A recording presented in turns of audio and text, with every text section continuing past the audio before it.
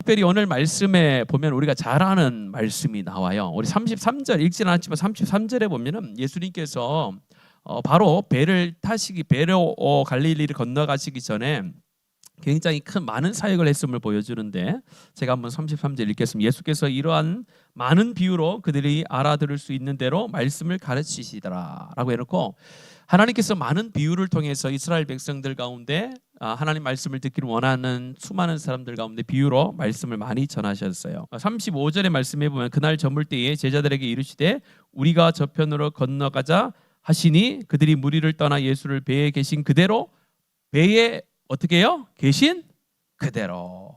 그러니까 예수님께서 하나님의 말씀을 전할 때에 수많은 사람들이 몰려오잖아요. 갈릴리 호수에 많이 몰려오다 보니까 자꾸 몰려오면 바다에 호수에 빠지잖아요. 그러니까 배를 띄워서 조금 띄워서 배 위에서 아마 비유의 말씀을 전하셨던 것 같아요. 근데 너무 피곤하셨어요. 피곤하셔서 예수님께서 말씀을 합니다. 말씀을 하는데 어떻게 말씀하시냐면요. 그날 저물 때 이 제자들에게 이르시되 우리가 저편으로 건너가자. 누가 말씀을 했습니까? 예수님이 했잖아요.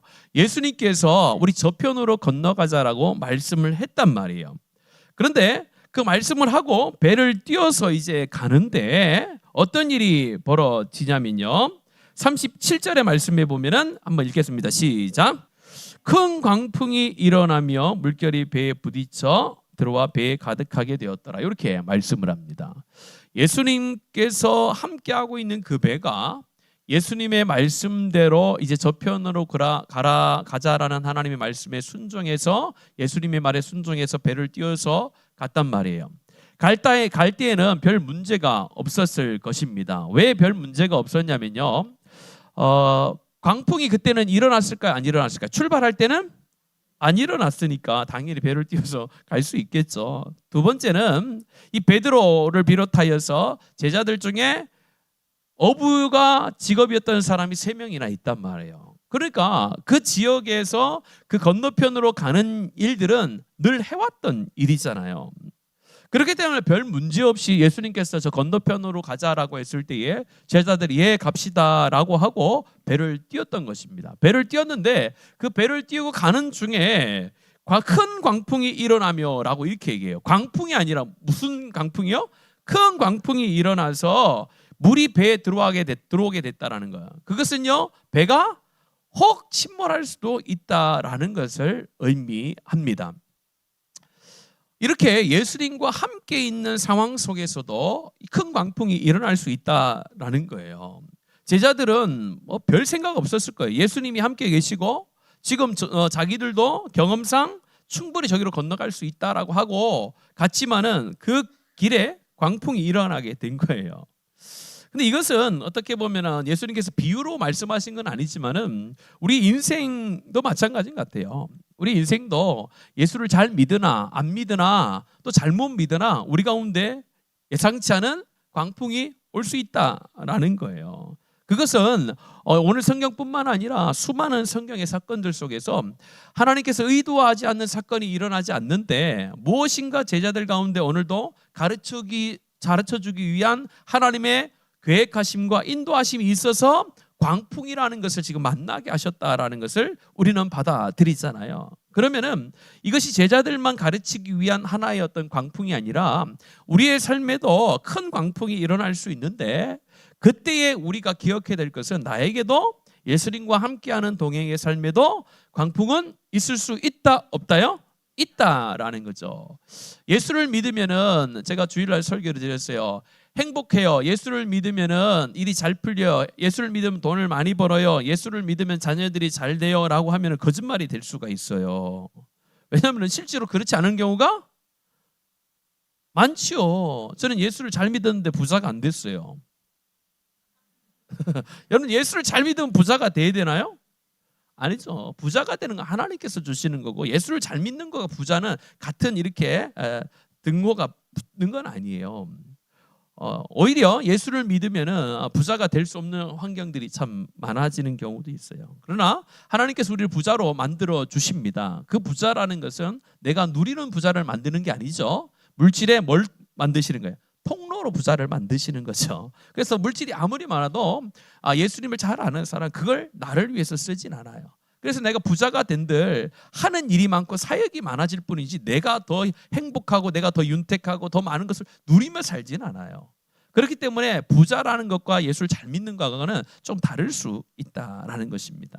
또 예수를 잘 믿으면은 자녀들이 공부를 잘해야 되잖아요. 왜 여러분들 아무도 고개를 끄덕하지 않네요? 예수를 잘 믿으면 공부를 잘해야 되는데 그렇습니까? 아니죠. 예수를 잘 믿는다고 해서 공부를 잘하는 것도 아니에요. 예수를 잘 믿는다고 해서 병이 오지 않는 것도 아니에요. 예수를 잘 믿어도 우리 가운데는 예상치 않은 이런 광풍과 같은 것들이 만나게 되어지는데 그때에 어떻게 해야 되는가? 반응이 중요한 거예요. 나에게 광풍이 없게 해주십시오. 나에게 광풍이라는 것을 절대 오지 않도록 하나님 막아주세요. 이렇게 기도하는 것이 아니라 우리의 삶 가운데 우연찮게 또 하나님께서 오지 않았으면 좋겠다라고 생각하는 것을 하나님이 주실 수가 있는데 그때 성도는 무엇이 중요하냐? 반응이 중요한 거예요. 하나님께서 나에게 뭔 사건을 주실 때에 그 믿음의 눈으로 그 사건을 해석하고 어떻게 반응을 보이는가가 믿음의 수준을 결정한다라는 거예요. 어린아이의 수준은 광풍이 불 때에 뭘 하는 거예요? 불평하고 낭망하고 실망하는 게 어린아이의 신앙이라면 성숙한 신앙인 어떤 신앙일까요? 광풍이 올 때에 하나님을 찾는 거예요. 하나님 왜 이런 광풍을 나한테 주셨을까? 하나님 이걸 통해서 나에게 어떤 마음을 갖고 계실까? 하나님은 나를 사랑하시는데 그냥 이런 광풍을 주진 않았을 텐데 어떤 의도하심이 있을까를 생각하는 거예요. 아버지의 마음을 생각하는 그 사람이 성숙한 신앙이라는 거예요. 오늘도 이런 광풍이 있을 때 첫 번째 해야 될 것은요, 예수님께 우리가 주목하고 예수님께 관심을 초점을 맞춰야 되는 거예요. 오늘 38절의 말씀 한번 읽겠습니다. 38절입니다. 시작. 예수께서는 고물에서 베개를 베고 주무시더니 제자들이 깨우며 이르시되 선생님이여 우리가 죽게 된 것을 돌보지 아니하니. 이제 제자들이 오늘 37절에 큰 광풍이 일어서 이제 파도가 배에 부딪히니까 배에 물이 들어와서 배가 가라앉을 수 있는 그런 위험성이 있으니까 예수님을 찾게 되는 거예요. 그때 예수님께서는 이미 너무 피곤하셔서 배에 저기 머리맡에 가서 주무시고 계신단 말이에요. 그때 예수님을 깨운단 말이에요. 그런데 이 37절과 38절 사이에는 빠진 것이 있어요. 빠진 것이 있어요. 이 한 절 사이에 많은 일들이 일어났다라는 것을 우리는 알아야 되는데 뭐가 빠졌을까요? 여러분 한번 이거를 그냥 성경이라고 생각하지 마시고 드라마라고 한번 생각해 보세요. 드라마로 생각하는데 제자들이 경험이 있다고 했잖아요. 제자들이 경험이 있어서 충분히 거기를 건너갈 수 있단 말이에요. 예수님도 함께하고 있단 말이에요. 자, 그럼 처음에 광풍이 일어났을 때, 큰 광풍이 일어났을 때 처음부터 예수님을 깨웠을까요? 아니죠. 뭘 했을까요?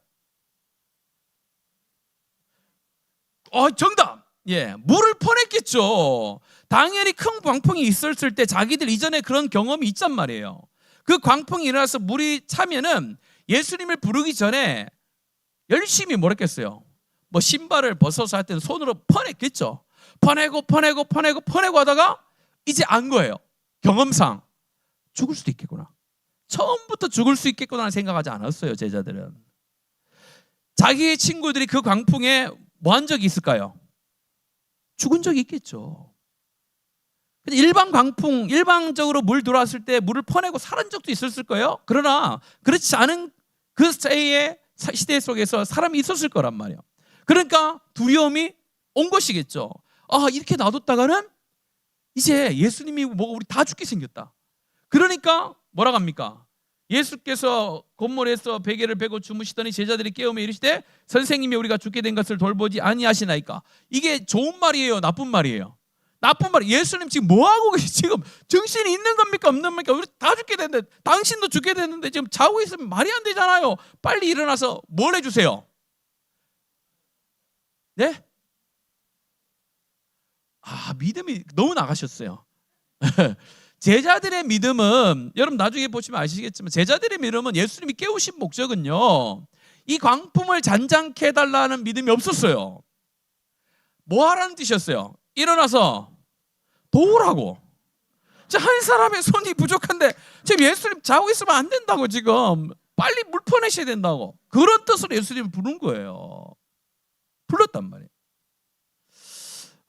그런 다음에 어떻게 됩니까? 예수님께서 물을 퍼지 않으셨어요. 안 하시고 뭘 하셨을까요? 우리 39절 말씀 같이 읽겠습니다. 시작. 바다더러 이르시되 잠잠하라 고요하라 하시니 바람이 그치고 아주 잔잔하여 지더라. 보세요. 물 풀라고 예수님을 깨웠는데 예수님께서 일어나시자마자 바람을 향하여 명한다는 거예요. 잠잠하라 고요하라고 명하셨어요. 그 명할 때에 제자들이 어떤 표정으로 예수님을 바라보셨을까요? 드라마로 생각해보세요. 드라마라 생각해보세요. 이야, 오늘 한 건 하겠다고 막 기대함으로 봤을까요?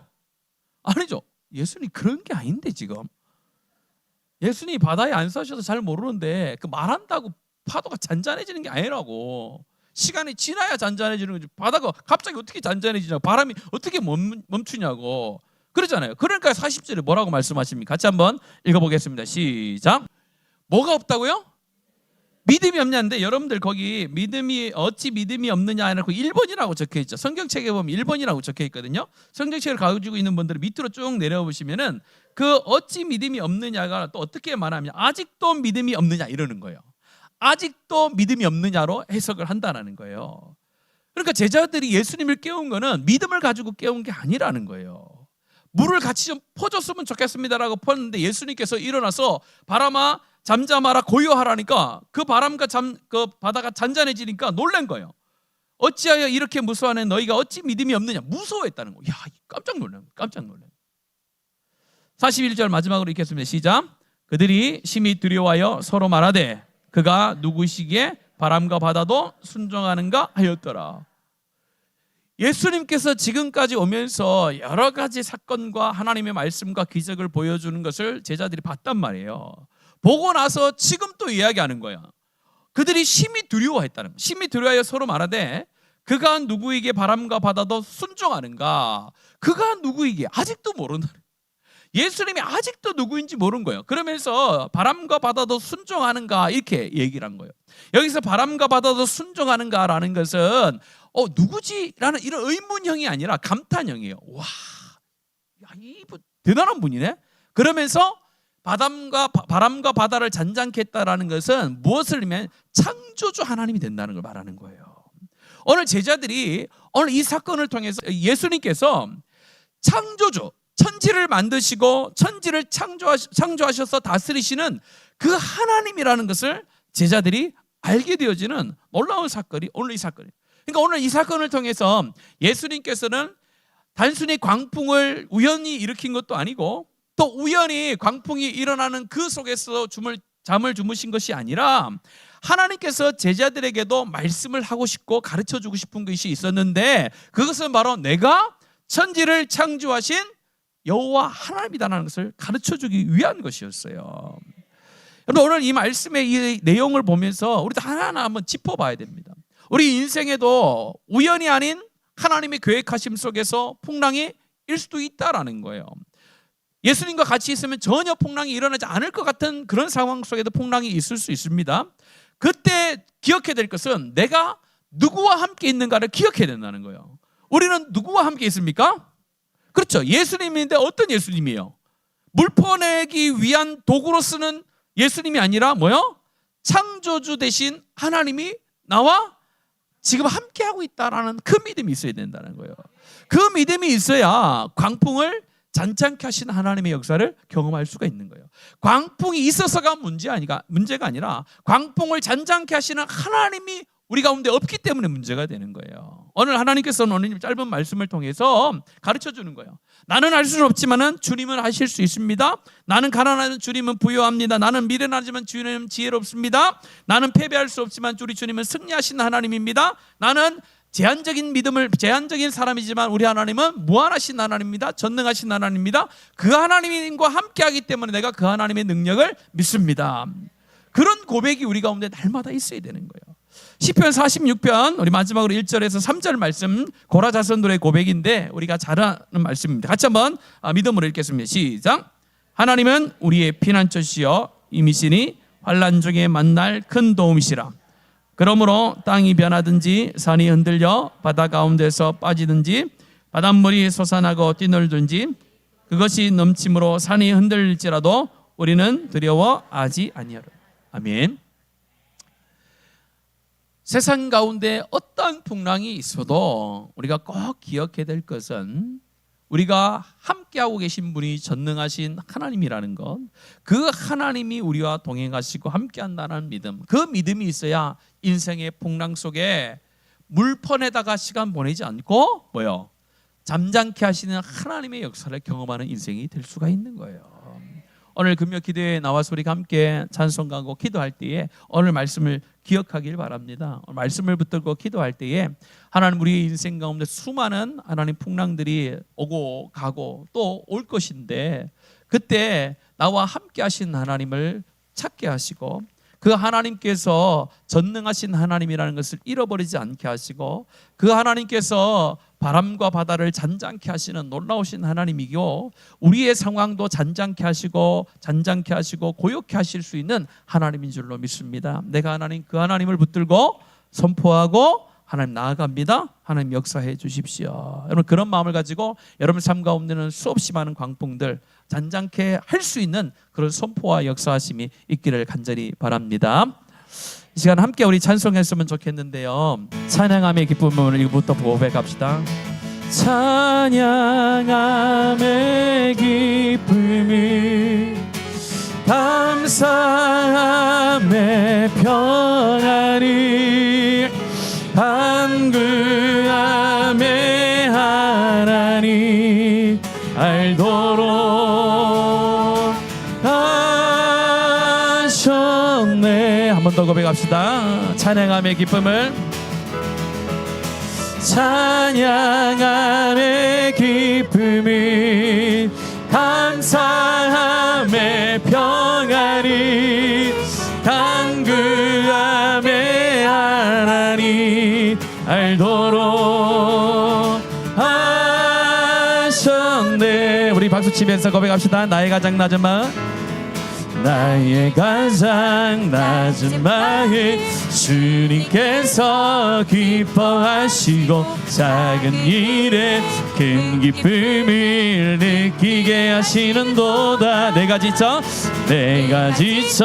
무력할 때 주님 내게 힘이 되시고 아름다운 하늘나라 내 맘에 주시는도다. 우리에게 축복하신 하나님 사랑 낮은 나를 높여주시고 아름다운 하늘나라 허락하시고 내 모든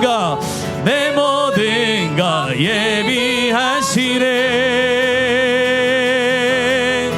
찬양함의 기쁨이 감사함의 평안이 간구함의 하나님 알도록 하셨네. 우리 처음부터 다시 한번 할까요? 나의 가장 낮은 마음 주님께서 기뻐하시고 작은 일에 큰 기쁨을 느끼게 하시는도다. 내가 지쳐 무력할 때 주님 내게 힘이 되시고 아름다운 하늘나라 내 맘에 주시는도다. 우리에게 축복하신 하나님 사랑 낮은 나를 높여주시고 아름다운 하늘나라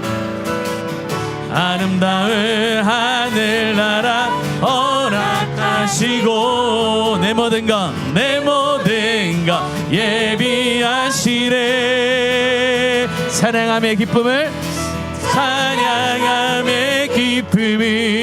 감사함의 평안이 간구함의 하나님 알도록 한 번 더 고백합시다. 찬양함의 기쁨이 감사함의 마음의 평안을 단 그 암의 하나님 알도록 하셨네. 난 예수가 좋다오. 난 예수가 좋다오. 난 예수가 좋다오. 주를 사랑한다도 베드로 고백처럼 난 예수를 사랑한다오. 많은 사람들 참된 진리를 모른 채 주님같이 떠나가지만 내가 만난 주님이 참 사랑이었고 진리였고 소망이었어. 난 예수가 좋다오. 난 예수가 좋다오. 난 예수가 좋다오. 주를 사랑한다도 베드로 고백처럼 난 예수를 사랑한다오. 2절로 할까요? 무거운 짐진 자 내게로 오라. 내가 너를 쉬게 하리라. 아멘. 이 길만이 생명의 길 참 복된 길이라 항상 내게 들려주셔. 한 번 더 고백합시다. 무거운 짐진 자 다 내게로 오라. 무거운 짐진 자 내게로 오라. 내가 너를 쉬게 하리라. 이 길만이 생명의 길, 이 길만이 생명의 길 참 복된 길이라 항상 내게 들려주셔서 믿음으로 할까요? 난 예수가 좋다오. 난 예수가 좋다오. 주를 사랑한다고 베드로 고백처럼 난 예수를 사랑한다오. 무거운 짐진 자 주님의 말씀인 줄로 믿습니다. 내가 너를 쉬게 하리라. 주님만이 생명의 길, 주님만이 생명의 길 참 복된 길이라 항상 내게 들려주셔서 난 예수가 좋다오. 난 예수가 좋다오. 난 예수가 좋다오. 주를 사랑한다. 베드로 고백처럼 난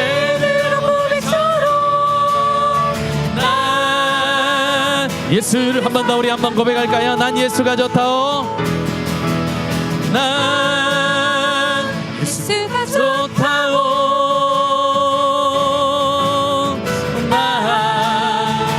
예수가 좋다고 주를 사랑한다고 베드로 고백처럼 난 예수를 사랑한다오. 신실하신 나의 하나님, 신실하신 하나님, 실수가 없으신 좋으신 나의 주, 신실하신 하나님, 실수가 없으신 좋으신 나의 주, 나의 반석이신 하나님, 나의 반석이신 하나님, 행하신 모든 것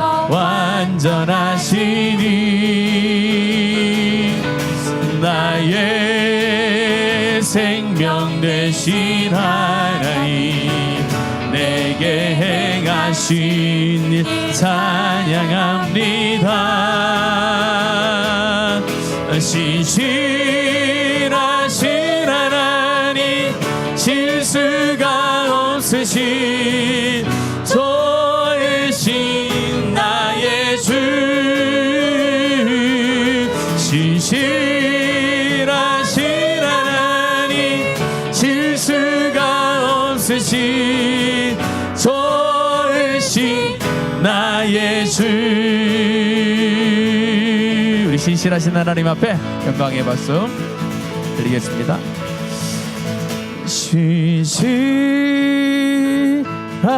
신실하신 하나님 실수가 없으신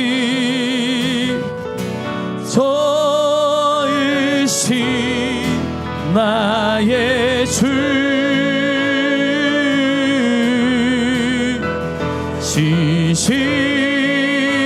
신실하신 하나님 실수가 없으신 좋으신 나의 한 번 더 고백합시다. 신실하신 하나님 신실하신 하나님 실수가 없으신 좋으신 나의 주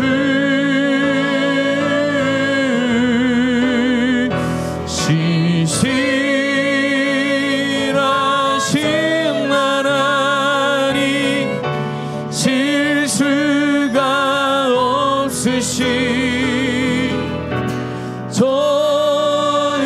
좋으신 나의 주 하나님께서 우리를 너는 내 아들이라 내가 너를 지명하여 불렀다라고 말씀해 주시는 줄로 믿습니다. 우리 찬양의 가사를 깊이 새기면서 하나님 앞에 우리의 마음을 함께 드렸으면 좋겠습니다.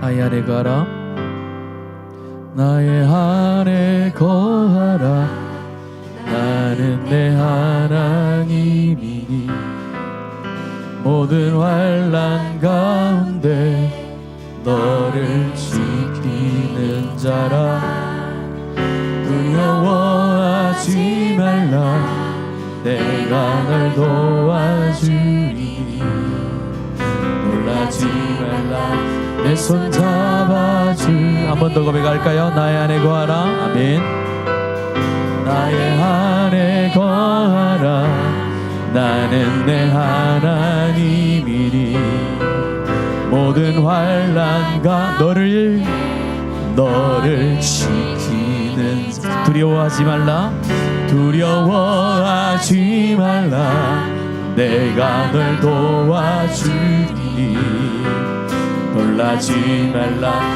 내 손 잡아주리라 내가 너를 지명하여 불렀나니 너는 내 것이라 너의 하나님이라 내가 너를 보배롭고 존귀하게 여기노라 너를 사랑하는 내 여호와라 우리 한 번 더 고백합시다. 나의 안에 거하라 나는 내 하나님이 아멘 모든 환난 가운데 너를 지키는 자라 두려워하지 말라 내가 널 도와주리 놀라지 말라 내 손 잡아주리라 내가 내가 너를 지명하여 불렀나니 너는 내 것이라 내 것이라 너의 하나님이라 내가 너를 보배롭고 존귀하게 여기노 너를 사랑하는데요. 다시 한번 고백합니다. 내가 너를 지명하여 불렀나니 너는 내 것이라 내 것이라 너의 하나님이라 내가 너를 보배롭고 존귀하게 여기노라 너를 사랑하는 내 여호와. 우리 목소리로만 다시 한번 합시다. 내가 너를 지명하여 불렀나니 너는 내 것이라 내 것이라 너의 하나님이라 내가 너를 보배롭고 존귀하게 여기노라 너를 사랑하는 내 여호와라. 주님의 말씀인 줄로 믿습니다. 우리가 이 자리에 온 것은 우리를 지명하여 불러서 이 자리에 앉게 하신 줄로 믿습니다. 여러분 그 믿음을 가지시고 이 시간 여러분 개인의 기도의 잠을 가지고 기도합니다. 여러분의 가정을 위해서 기도합니다. 여러분의 이웃을 위해서 기도하며 또 성도들을 위해서 기도합니다. 나라와 민족을 위해서도 기도합니다. 열방 가운데 하나님의 뜻이 이루어지기 위해서 기도할 때에 우리의 기도 가운데는 하나님이 함께 하시기에 예수의 이름으로 기도하기에 능력이 있는 줄로 믿습니다. 이 시간에 그 믿음 붙드시고 선포하시고 하나님의 뜻이 이 땅 가운데 이루어질 줄로 믿습니다. 이런 그런 마음을 품고 주님의 이름을 크게 한번 부르고 이 시간의 마지막으로 함께 한번 하나님 앞에 기도하도록 하겠습니다. 주여